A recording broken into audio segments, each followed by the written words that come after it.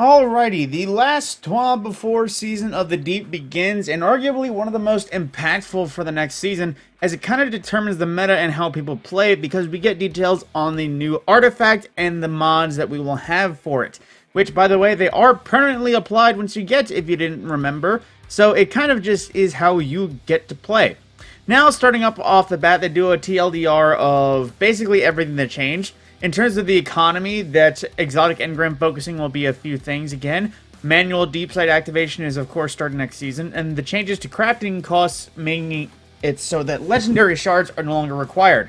And then in terms of the weapons and abilities and exotic armor tuning, there are all respective things there, but some short lists well, actually no, not even. If you need to go back on it, basically just go for it. And then also some quality of life improvements. There's going to be new Vanguard bounties added to the pool. Finest Matter Weave and Rainmaker can be consumed to earn the materials they give.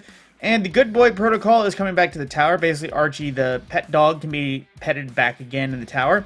And Triumphs will now boost Raid Exotic Drop Rate and Lash Witch, Deepstone Crypt, Vow Disciple, Vault of Glass, and King's Fall, and they are retroactive. So if you've already done the all of one class, all clan mates, challenge mode, variety sort of thing, if you've already done them, they will automatically apply and give you a bonus drop. So if any of the prior raids before Root of Nightmares came around and you're still struggling to get your hands on the exotic, recommend that you go back and give it at least another few tries, because the boost rate the boosted drop rate for the exotic is going to be implemented. Now, some updates to the Crucible as well. The Flawless Pool is being replaced by the new Practice Pool and Challenger Pool. There's a new Trials quest for intro players, and some Trials passages have been adjusted to provide a better experience. Elimination is out, and Dominion will be the core game mode for Trials, as well as Gilding the Flawless Shield has new requirements. And of course, there's plenty of more information about it here in case you want to read more. And then Strand aspects. They told us some details of how they work, but now we actually see some in progress. Now, once again, apologies for the volume, just in case, volume warning. Here is the new Hunter Strand aspect at play.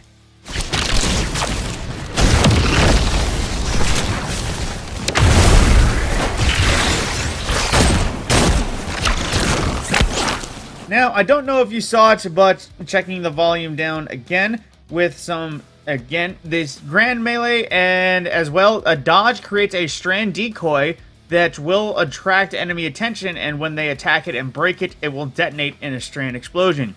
Not gonna lie, I think that's gonna be some wonky builds coming out of that. And now, the one that actually seems the most improved, we have the Titans with the Flechette Storm. Let's see how that plays.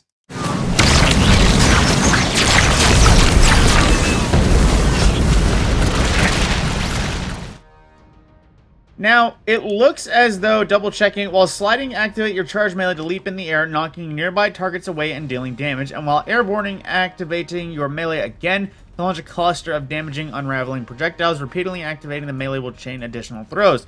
Now, I feel like they might be not telling us something about that, because I feel like it almost improves how many charges you have, because there's the initial melee, 1, 2, 3, 4, 5, hang on, let me see if I can count that again. 1, 2, 3, 4, 5. 5 additional slashes, which goes to suggest that we get 5 melee charges with it. Hello, that might be nuts, but to be seen. And probably the most lackluster of additions, we have the Wanderer for the Strand Warlock.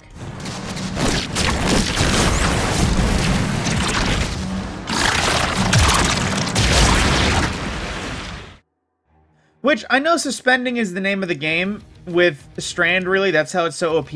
But when you consider that it makes your Tangle essentially not do that much damage, and stick to things and suspend anything nearby, if you're looking for a suspend build, I'm not gonna lie, I think the other two classes do it better. So, just kind of maybe stick to the feeding frenzy of, what's it called? Crap, I already forgot the name of them. The little green thingies, hatchlings. No, that's not the right word. Whatever they are, the Strand spider thingies.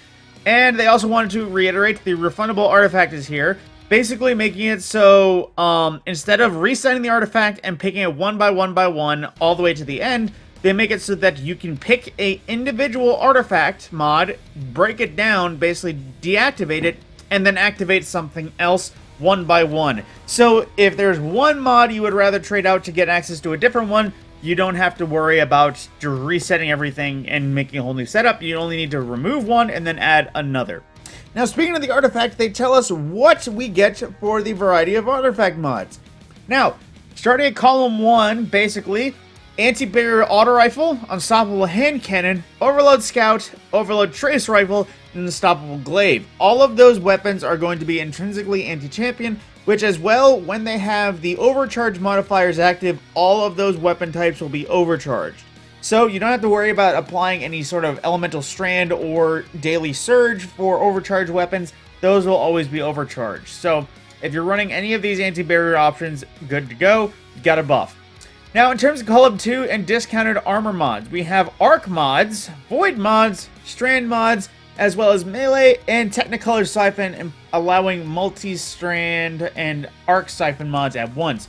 Now, if you don't know what this means, essentially is labeling the elemental meta, implying that there's going to be a lot more Arc, Void, and Strand-based things. You're going to see a lot of those surges around, as well as a Melee-based stuff. So anything Melee-based, whether it's Melee Kickstart or Absolution, something like that gives you Melee, they're going to be a little bit discounted. Last season it was grenades, now it is Melee. Now, into the next bits of what they improve. So we have, starting, improved Unraveling. Increases the amount of damage dealt by an unraveled target. Wait. Increases the amount of damage dealt to an Okay, I think that should be a 2, not a buy, because it sounds like unraveled targets become more powerful. You also have the Deeper Origins, which increases the origin traits, or increases the benefits provided by the origin traits of Unsated Hunger, which I believe is the new seasonal one.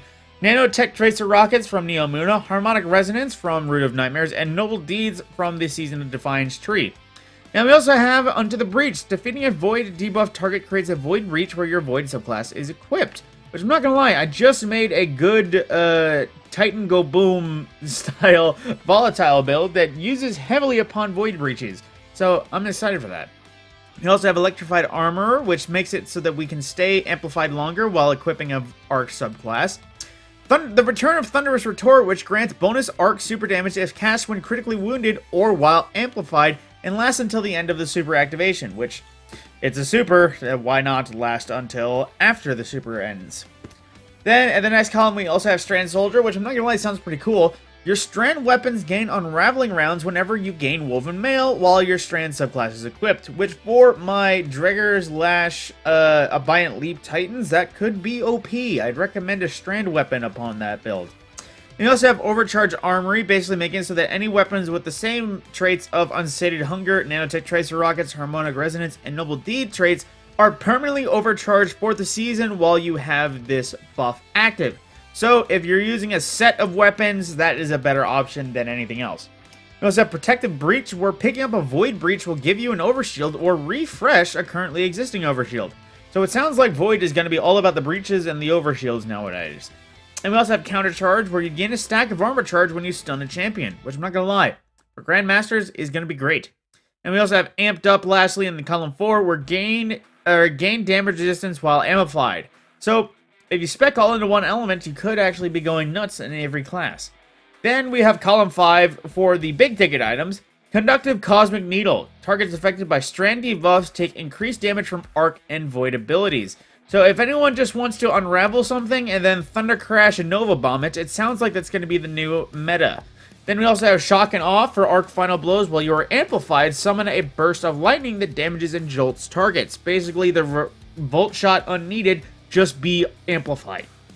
And then we also have Picking Up a Void Breach, cause your next source of void damage to create a large weakening pulse, which I am definitely running that one. And we also have Squad Goals, which is kind of like Prismatic Transfer but redone. Performing a finisher while you are amplified will now grant amplified to nearby allies when your Arc subclass is equipped. Performing a finisher while you have Woven Mail will grant Woven Mail to nearby allies when you have a Strand subclass equipped.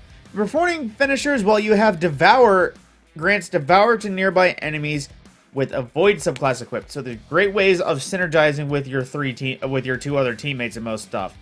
And the return of Lightning Strikes twice make it so after throwing an Arc Grenade, you gain increased grenade recharge for a short time, with Arc Final Blows extending the duration of this benefit. So it's possible that the Storm Grenade meta, as well as just general Arc Titan 3.0, is going to be just going about. Now, they're also reworking shields in a way. Now let me specify, this is purely a visual change only. They're updating the graphics on shields.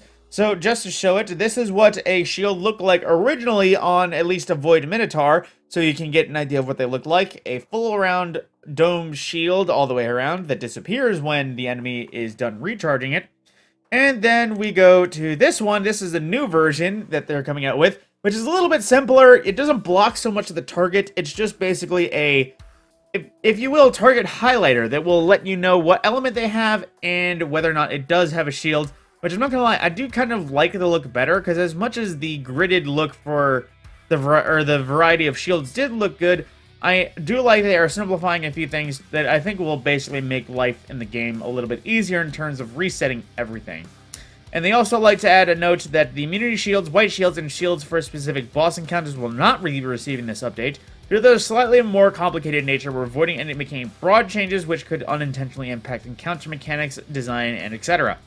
And now a note from the team. Now, I'm sure as you all know, the game has been a little bit unstable in terms of maintenance. So what is going to be done? Basically, before the season rolls out, there's going to be actually some server offline downtime that hopefully makes uploading this season a little bit easier to allow it to land easier. So let's just hope that this current change is going to be good for the future. And now, of course, Guardian Games is coming to an end. Currently, the standings are Titans, then Hunters, then Warlocks. So there you go. If there's anything you need to wrap up, you have until Tuesday when the season turns to wrap up anything for Guardian Games.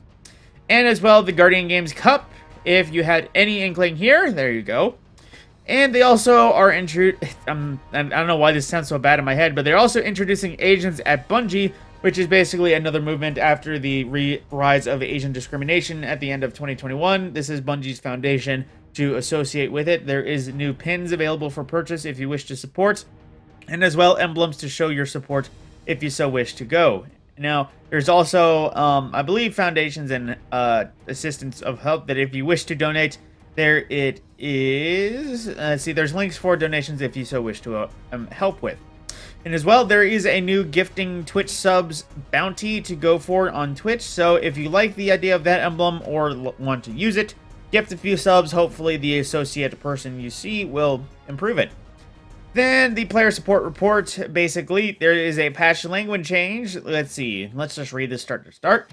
With the release of Update 7.1 in Season 21, let's see, we'll be simplifying the language surrounding our patches. Previously, our seasonal launch and mid-season patches were called updates, and any patch between those made releases are called hotfixes. We also wanted to update some parts of the game outside of these planned maintenance vehicles. These updates haven't had names, we've only announced them via Bungie Help.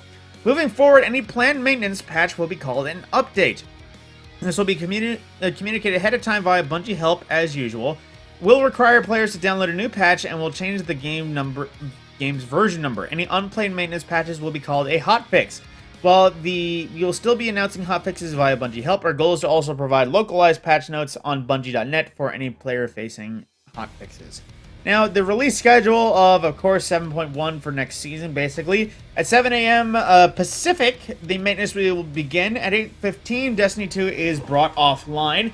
At 10 a.m., Destiny 2 will be brought back online, barring everything goes right. And 11 a.m., the maintenance is scheduled to complete, with, I believe, the season to be launching whenever it does, or possibly at that time. But generally, the season launches at 1 p.m. Eastern, in case you didn't know.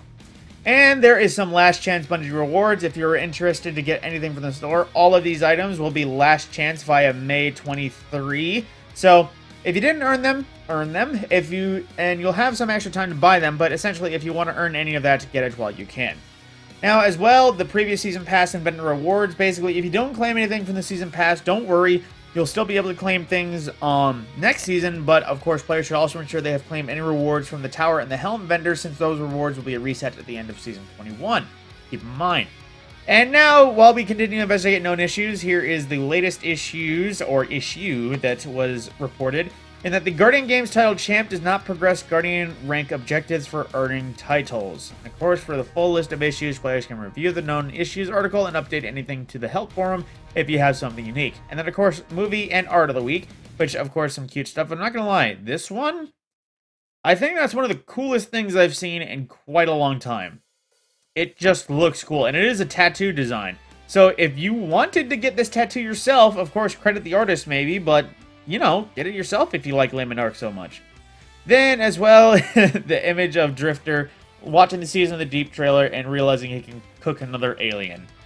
And, of course, you know, there you go. That is the last TWAB for the season. Everything they're going to tell us beforehand, aside from maybe a trailer, which I hope is at least going to drop the day before or something like that. But with that, my name is Matt Scorpion, and thank you for watching.